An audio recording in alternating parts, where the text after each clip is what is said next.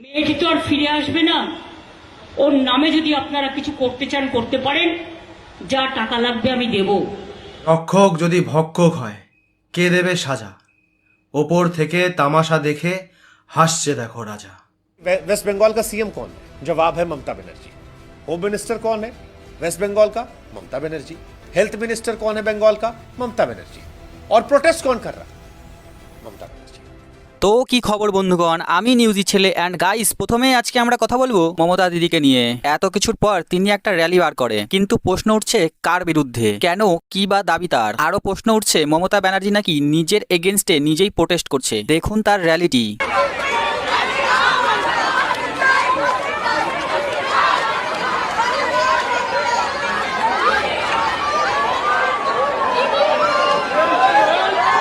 এবং র্যালিটিকে কে কি মন্তব্য করে কাউন্টার করেছে সেটাও দেখুন। क्या आप जानते हैं कि ममता बनर्जी ने एक रैली निकाली वेस्ट बंगाल में ताकि वो सीएम ममता बनर्जी के खिलाफ प्रोटेस्ट कर सकें, ताकि वो जो मामला कोलकाता में हुआ जिसने पूरे देश की रूह कपा दी, उसमें तेजी से इंसाफ मिल सके। 31 साल की वो डॉक्टर जिसके साथ मल्टीपल टाइम घिनौनी हरकत की गई, जिसका सर दीवार पे पटका गया, आंख नाक हाथ कान सब तोड़ दिए गए, आंखों में चश्मा घुस गया, मल्टीपल टाइम पेनिट्रेशन की बात आई, उसकी पुलिस सोशल मीडिया पर लोगों को नोटिस भेज रही है और ग्राउंड पर ममता बनर्जी प्रोटेस्ट कर रही है। अब सवाल आता है कि वेस्ट बंगाल का सीएम कौन है? जवाब है ममता बनर्जी। होम मिनिस्टर कौन है वेस्ट बंगाल का? ममता बनर्जी। हेल्थ मिनिस्टर कौन है बंगाल का? ममता बनर्जी। और प्रोटेस्ट कौन कर रहा? ममता बनर्जी। किसके खिलाफ? वो पुलिस वाले खिलाफ जो उनकी पुलिस का हिस्सा था, वो मेडिकल कॉलेज जो उनके अंडर आ रहा था। किस राज्य में? जो उनका राज्य है। চলুন নেক্সট আপডেটটির ওপর। মোহনবাগান ভার্সেস ইস্ট বেঙ্গলকে নিয়ে 18ই আগস্ট অর্থাৎ রবিবার ছিল দুই দলের মধ্যে হাড্ডাহাড্ডি লড়াই, কিন্তু আরজিকর হাসপাতালে মহিলা চিকিৎসকের ধর্ষণ এবং খুনকাণ্ডের কারণে খেলা রোধ করতে হয়েছে। তাহলে কি হচ্ছে না খেলা? ডুরান্ড কাপের এই ম্যাচ ছিল যথেষ্ট গুরুত্বপূর্ণ, কারণ ইস্টবেঙ্গল এবং মোহনবাগান দুই দলেরই পয়েন্ট সংখ্যা ছিল 6, গোল পার্থক্যে এগিয়ে ছিল মোহনবাগান। কিন্তু ম্যাচ বাতিল হয়ে যাওয়ায় দুই দলেরই সুবিধা হলো, কারণ দুই দলই সরাসরি শেষ 8 চলে গেল। বুধবার রাতে সাধারণ মানুষ পথে নেমে প্রতিবাদ করার সময় স্বাধীনতা দিবসের রাতে আরজিকর হাসপাতালে তাণ্ডব চালায় এক দল দুষ্কৃতীরা, ফলে পরিস্থিতি পুলিশের আয়ত্তের বাইরে চলে যায় কিছুক্ষণের জন্য।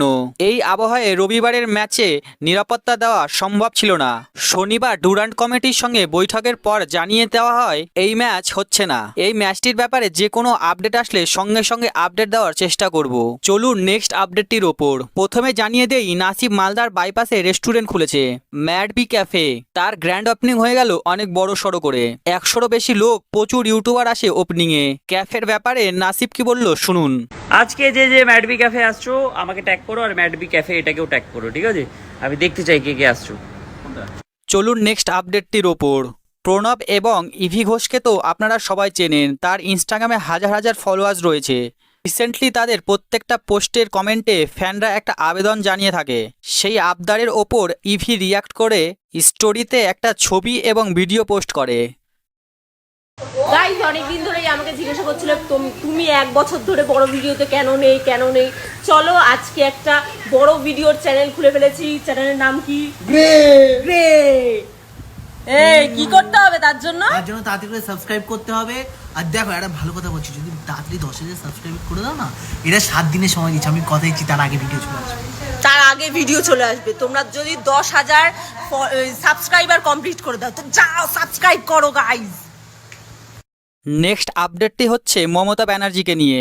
রিসেন্টলি দিদির একটা ভিডিও প্রচন্ড ট্রেন্ডিং এ। ভিডিওতে তিনি বলেছেন মেয়ে তো আর ফিরবে না, 10 লাখ টাকা দিয়ে মধুমিতার বাড়ির লোককে সাহায্য করব। তারপরই ভিডিওটি প্রত্যেককে শেয়ার করে প্রত্যেকটি সোশ্যাল মিডিয়া প্ল্যাটফর্মে। মেয়েটি তো আর ফিরে আসবে না। ওর নামে যদি আপনারা কিছু করতে চান করতে পারেন, যা টাকা লাগবে আমি দেব। হ্যাঁ, আমরা 10 লক্ষ টাকা তো দিতেই পারি পরিবারকে। একটা মিথ্যে কথা বারবার বলতে বলতে লেবু কচলালে যেমন তেতো হয়, লেবু যত কচলাবেন রসটা বেরিয়ে যাওয়ার পর যদি আপনি লেবুটা বারবার কচলান সেই লেবুটা কিন্তু তেতো হয়ে যায়, মাথায় রাখবেন। ভিডিওকে কাউন্টার করে স্বস্তিকা মুখার্জি শেয়ার করে, সেলাইয়ের কাজ করে মেয়েকে বড় করেছি, সেলাই করেই খাবো, মেয়েকে হারিয়ে লক্ষ সন্তানের বাবা হয়েছি, তাই মেয়েকে বিক্রি করে টাকা নেব না, তিলোমার বাবা। এবং বঙ্গাই ভিডিওটিকে কাউন্টার করে স্টোরিতে শেয়ার করে, রক্ষক যদি ভক্ষক হয় কে দেবে সাজা, ওপর থেকে তামাশা দেখে হাসছে দেখো রাজা। জবাব দেব কি তাদের যাদের কোল হয়েছে শূন্য, এখানেই তোদের বিচার হবে, গুনব পাপ পুণ্য। দোষ ছিল তার, চেয়েছিল সে বাঁচতে নিজের মতো, হামলে পড়ল নরপিশাচ, আজ সবার গায়ে ক্ষত। শুকিয়ে যায় রক্তের দাগ, ভুলে যাই কালো রাত, আর না এবারে এক হয়েছি, চলো শক্ত করে ধরি হাত। কাউন্টারগুলিকে ভুল প্রমাণ করতে মমতা ব্যানার্জিকে একটা র্যালি করতে দেখা যায়। এইবার কথা বলবো কিছু অ্যাচিভমেন্ট নিয়ে। কেসারিয়া তেরা ইশক হে এই গানের জন্য জাতীয় চলচ্চিত্র পুরস্কার পেয়েছেন Arijit Singh. Many many congratulation Arijit Singh. Aparajita সেরা প্রোডাকশন ডিজাইন এবং সেরা মেকআপের জন্য জাতীয় চলচ্চিত্র পুরস্কার জিতেছে। মেনি মেনি কংগ্রেচুলেশন অপরাজিতা টিমকে। কাবেরী অন্তর্দান শ্রেষ্ঠ বাংলা চলচ্চিত্রের জন্য জাতীয় চলচ্চিত্র পুরস্কার জিতেছে। মেনি মেনি কংগ্রেচুলেশন কাবেরী অন্তর্দান টিমকে। বনি সেনগুপ্তের বরবাদ সিনেমা 10 বছর কমপ্লিট করেছে। মেনি মেনি কংগ্রেচুলেশন বনি সেনগুপ্তকে। বিক্রমরাজ ব্লগের ফেসবুক আইডিতে 43K ফলোয়ার্স কমপ্লিট, তো মেনি মেনি কংগ্রেচুলেশন বিক্রম ভাই। কিউট সামিরের ইনস্টাগ্রামে 100K followers complete, many many congratulation ভাই। রিতেশের ইনস্টাগ্রামে 6 মিলিয়ন ফলোয়ার্স কমপ্লিট, তাই মেনি মেনি কংগ্রেচুলেশন রিতেশ ভাই।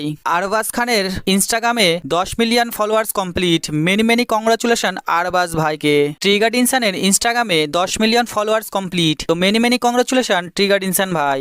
আজকের জন্য এইটুকুই, দেখা হচ্ছে পরের ভিডিওতে, ততক্ষণের জন্য টাটা বাই বাই।